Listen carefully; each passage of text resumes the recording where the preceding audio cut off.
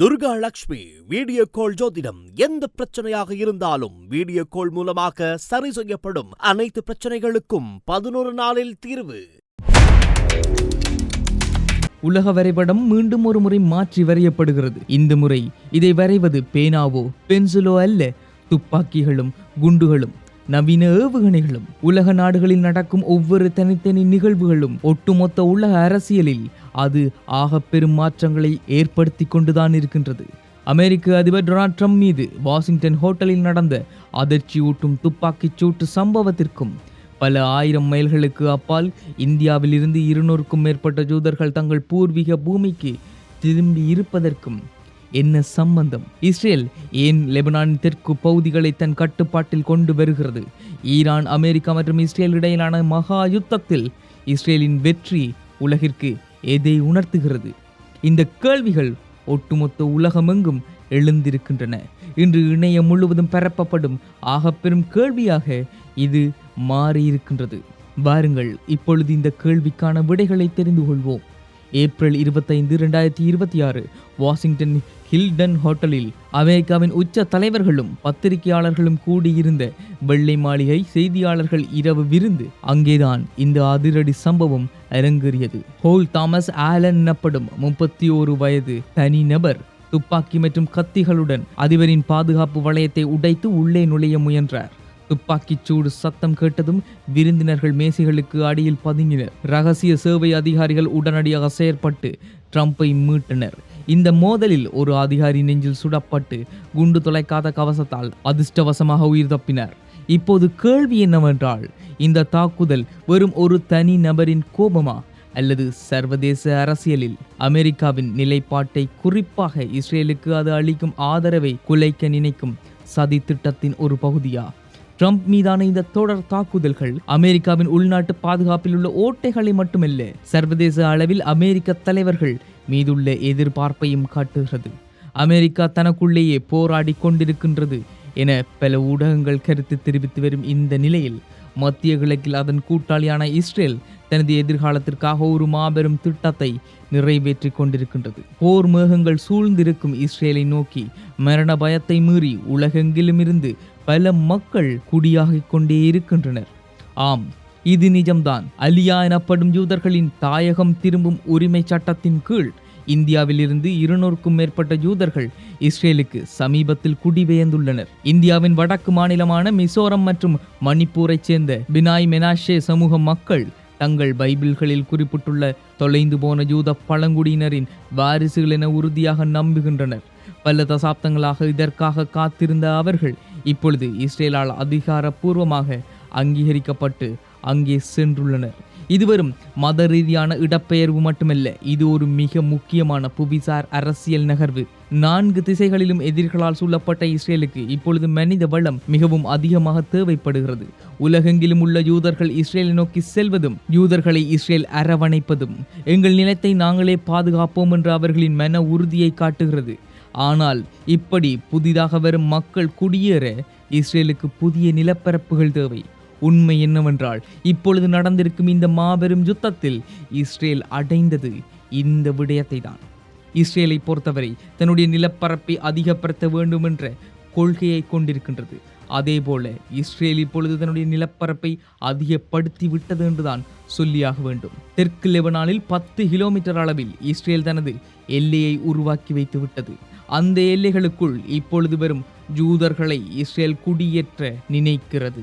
அது மட்டுமில்லாமல் ஒட்டுமொத்த உலகிலும் யூதர்கள் தங்களுக்கென்ற கிரேட்டர் இஸ்ரேல் என்ற கொள்கையை கொண்டிருக்கின்றனர். அதன்படி லெபனான், சிரியா போன்ற பல பிரதேசங்கள் அதற்குள் அடங்கும்.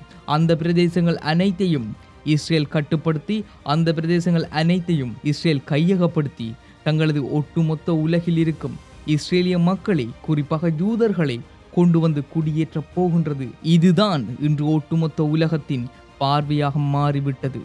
ஆனால் இங்குதான் லெபனான் எல்லை முக்கியத்துவம் பெறுகிறது. இஸ்ரேலுக்கும் ஹெஸ்புல்லாவுக்கும் இடையிலான மோதல் உச்சத்தை எட்டியுள்ள நிலையில் இஸ்ரேல் தனது எல்லையை விரிவுபடுத்துகிறதா என்ற சந்தேகம் எழுகிறது. தற்காப்புக்காக தொடங்கிய போர் என சொல்லப்பட்டாலும் இப்பொழுது தெற்கு லெபனானின் ஒரு முன்வரிசை பாதுகாப்பு எல்லையை, அதாவது ஃபார்வர்ட் டிஃபென்ஸ் லைன் எனப்படும் ஒரு எல்லையை உருவாக்கும் அளவுக்கு சென்று விட்டது. இஸ்ரேல் இதை பாதுகாப்பிற்கான ஒரு இராணுவ பஃபர் சோன் என்று அதிகாரப்பூர்வமாக அறிவித்திருந்தாலும் சர்வதேச அரசியல் விமர்சகர்கள் வேறொரு கோட்பாடை முன்வைக்கிறார்கள். உலகெங்கிலும் இருந்து, குறிப்பாக இந்தியா போன்ற நாடுகளில் இருந்து பெருமளவில் இஸ்ரேல் நோக்கி வரும் யூதர்களை எதிர்காலத்தில் இந்த புதிய கட்டுப்பாட்டு பகுதிகளுக்குள் இஸ்ரேல் குடியமர்த்துமா, நிலத்தை கட்டுப்பாட்டில் கொண்டு வந்து பாதுகாப்பை உறுதி செய்த பின் அங்கு மக்களை குடியேற்றுவதுதான் இஸ்ரேலின் நீண்டகால தந்திரமாக இருக்கின்றது என பலர் குற்றம் சாட்டி வருகின்றனர்.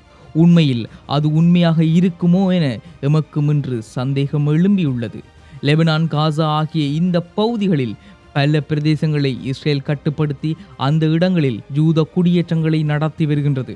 அதேபோல இப்பொழுதும் வெறும் இந்த யூதர்களை இஸ்ரேல் தனது லெபனான் எல்லைகளுக்குள் குடியேற்றுமா என்ற கேள்வி அனைவர் மனதிலும் எழும்பியுள்ளது. இந்த போரின் முடிவு என்னவாக இருக்கும்?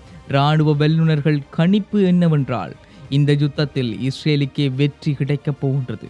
உண்மை என்னவென்றால் இஸ்ரேலின் அயன் டோம் உள்ளிட்ட அதிநவீன வான் பாதுகாப்பு தொழில்நுட்பங்கள், ட்ரம்பின் தலைமையினால் அமெரிக்காவின் நிபந்தனையற்ற இராணுவ ஆதரவு மற்றும் ஈரானின் உள்நாட்டு பொருளாதார வீழ்ச்சி ஆகியவை இஸ்ரேலின் கையை முற்றிலும் ஓங்க செய்துள்ளது என பலர் கருத்து தெரிவித்து வருகின்றனர். ஆனால் ஈரான் என்னதான் இஸ்ரேலை பல முனைகளில் இருந்து தாக்கினாலும் இஸ்ரேல் தன்னுடைய அடுத்த கட்ட பிளான், அதாவது தன்னுடைய அடுத்த கட்ட நெறி தந்திரத்தை செய்து கொண்டுதான் இருக்கின்றது என பல போரியல் ஆய்வாளர்கள் கருத்து தெரிவித்து வரும் இந்த நிலையில் உண்மையில் இஸ்ரேல் அண்டை நாட்டு எல்லைகளை கட்டுப்படுத்தி, அண்டை நாட்டு எல்லைகளை கையகப்படுத்தி அந்த பிரதேசங்களில் யூத குடியேற்றங்களை நடத்தப் போகின்றது என்பதில் எந்த மாற்று கருத்தும் இருக்க முடியாது. ஈரானின் அணுசக்தி திட்டங்களும் இராணுவ கட்டமைப்புகளும் செயலிழக்கச் செய்யப்படுவதன் மூலமாக மத்திய கிழக்கில் இஸ்ரேலின் நிரந்தர மோதலை தவிர்க்க முடியும்.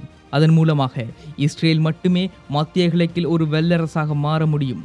அது மட்டும் இல்லாமல் இஸ்ரேல் இதுவரை காலம் என்ன திட்டம் வைத்துள்ளதோ அந்த திட்டத்தை சரியாக செய்ய முடியும். அதனால்தான் இந்த போரை இஸ்ரேல் இப்பொழுது ஆரம்பித்தது எனவும், இஸ்ரேல் இந்த போரை ஆரம்பித்ததன் நோக்கத்தை சிறப்பாக செய்து கொண்டிருக்கின்றது எனவும் பல போரியல் ஆய்வாளர்கள் கருத்து தெரிவித்து வருகின்றனர். உண்மையை சொல்ல போனா இப்பொழுது இஸ்ரேல் செய்யக்கூடிய இந்த சம்பவங்கள் ஒட்டுமொத்த உலகம் முழுவதும் பேசப்படும் பேசு பொருளாக மாறி இருந்தாலும் இது ஒரு அச்சத்தை ஏற்படுத்துகின்றது. உண்மையில் இஸ்ரேல் ஒரு ஆகப்பெரும் வல்லரசாக மாறினால் அது இந்த உலகில் என்ன பாதிப்பை ஏற்படுத்தும்? இஸ்ரேல் இவ்வளவு காலமும் செய்த அழிவுகள் என்னவென்பதை நாம் கண்கூடாக பார்த்திருக்கின்றோம். அப்படியென்றால் இஸ்ரேலின் இத்தகைய செயற்பாடுகள் மூலமாக இஸ்ரேல் அடுத்த கட்டம் எப்படியான அழிவுகளை கொண்டு வரப் போகின்றது, எப்படியான அழிவுகளை இந்த உலகத்திற்கு தரப்போகின்றது? இதுதான் ஒட்டுமொத்த உலக மக்களின் கேள்வியாக மாறி இருக்கின்றது. உண்மையை சொல்ல போனால் அமெரிக்க அதிபர் டொனால்ட் ட்ரம்ப் மீதான துப்பாக்கிச் சூடு ஒரு தனிநபர் சார்ந்தது மட்டுமே என பலர் சொல்லி வந்தாலும் உண்மையில் அதற்கு பின்னிருப்பது உண்மையிலேயே ஈரான் தானா அல்லது இஸ்ரேலின் தூண்டுதலின் பேரில் நடத்தப்பட்டதா? ஏனென்றால் மொசாட் எப்படியான செயற்பாடுகளை செய்யும், மொசாட் இதுவரை எப்படியான செயற்பாடுகளை செய்துள்ளது என்பதை நாம் அறிந்த விடயம்தான். அப்படியென்றால் உண்மையில் இது இஸ்ரேலால் நடத்தப்பட்டிருந்தால் இந்த தாக்குதலின் பின்னால் இருக்கும் மறைமுக அரசியல் என்ன? வரும் காலங்களில் பொறுத்திருந்து பார்ப்போம். இது ஐபிசி தமிழ்.